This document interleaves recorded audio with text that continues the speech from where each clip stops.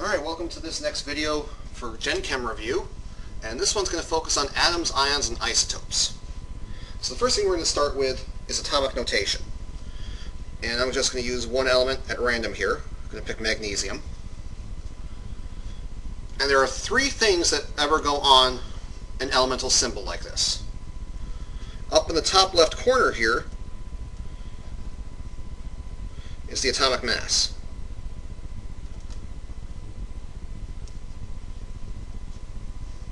Alright. In the bottom left corner is the atomic number.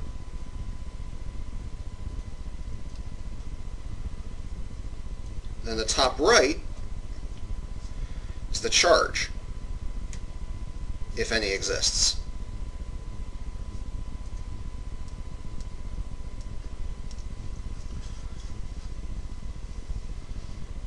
Alright, now this happens to represent an atom of magnesium.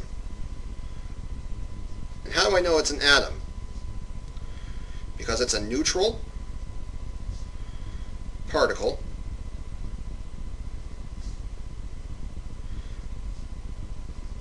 made up of protons, neutrons, and electrons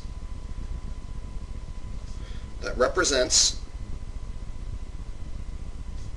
one element.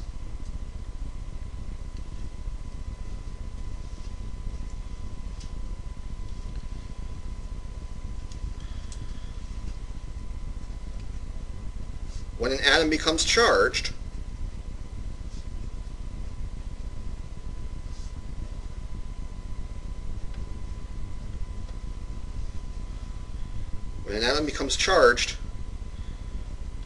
it forms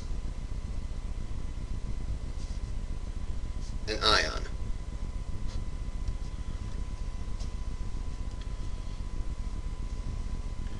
So let's take this initial magnesium one here.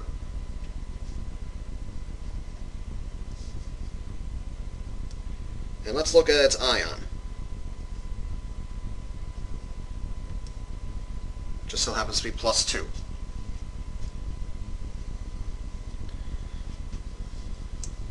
this up a bit.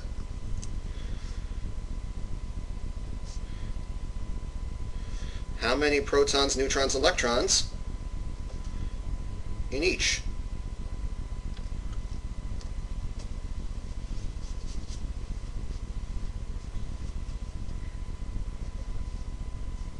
So let's just make a little chart.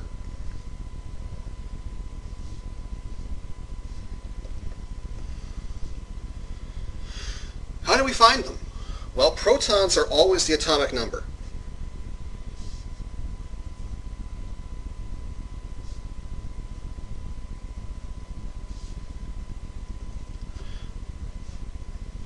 Alright, so that means that this one has 12 and this one's got 12, because that's the atomic number. How about neutrons? Neutrons is just the mass minus the atomic number. Well, here I have 24 for our mass. I subtract 12. I get 12 on that side. Make a little dividing line there. Over here I have 24 minus 12. And again, I end up with 12. So the protons didn't change. The neutrons don't change. What will change then must be the electrons. And this is always the atomic number minus the charge. So in this case, this one doesn't have a charge. So it's 12 minus 0, which is going to be 12. This is not typical, by the way, of any atom. It just plays out like that for magnesium here. Over here we have 12 minus the charge is +2, which gives me 10.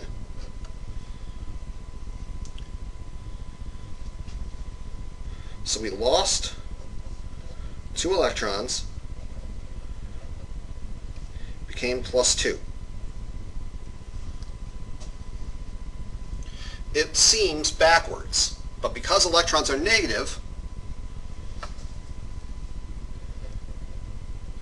when they're lost, they become a positive ion.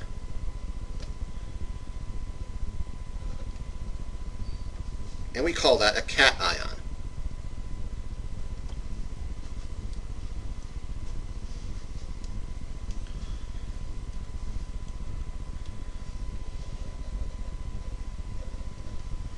When electrons are gained,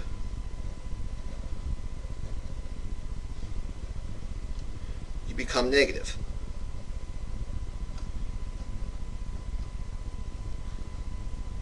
And we call that an anion.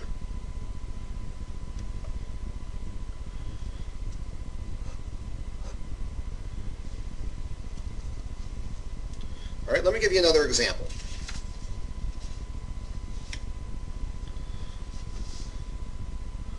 We're going to start with oxygen 18.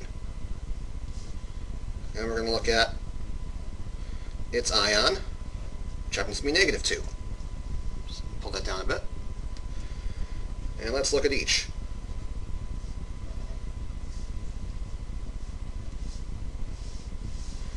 Well, I know each one has to have 8 protons. Again, it's the atomic number. Neutrons, well, I know that's mass minus protons, or minus atomic number. So this one's got 10. And over here, 18 minus 8 is also 10.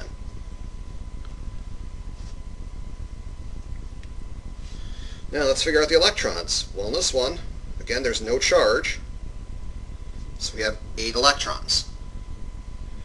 And that's just, that one, though, is a rule. For a neutral atom,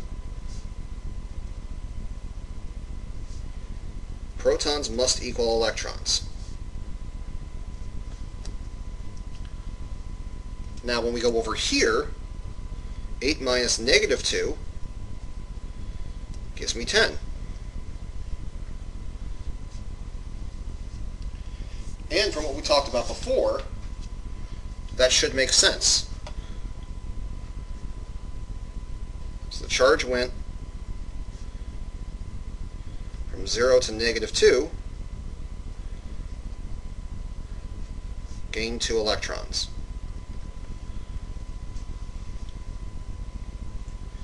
All right. Now that's it for ions. Let's talk about isotopes real quick.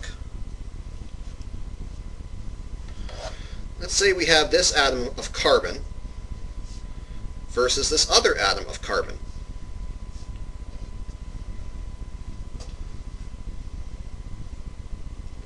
What's different? Well, we have to do the PNE to figure it out. Each have 6 protons. They're each neutral, so by this I can say that they each have 6 electrons. This one, however, 12 minus 6 has 6 neutrons. Over here, I should probably draw that line, 14 minus 6 gives me 8 neutrons.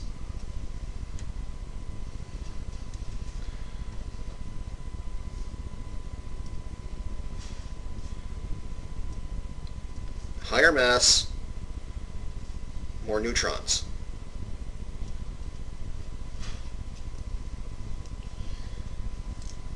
So these are isotopes. The definition of isotope, or isotopes,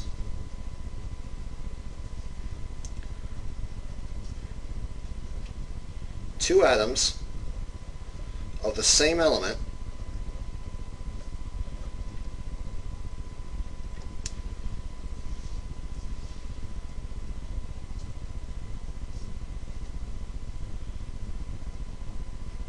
with different masses.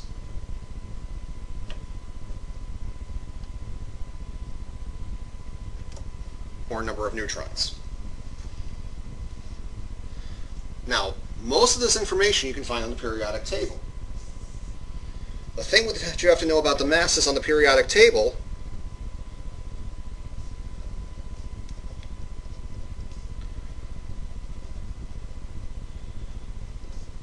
is that they represent what we call the weighted, that's an E by the way, average of all known isotopes.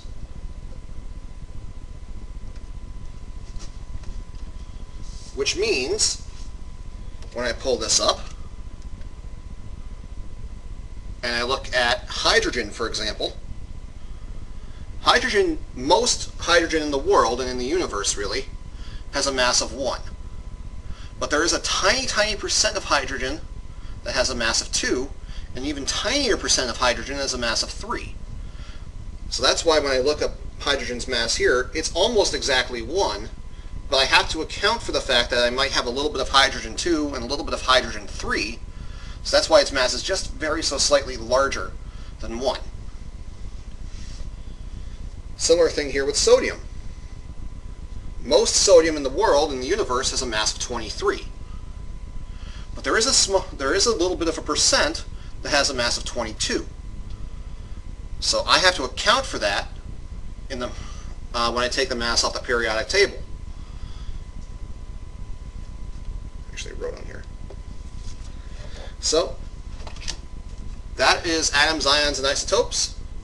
I'll see you in the next vid.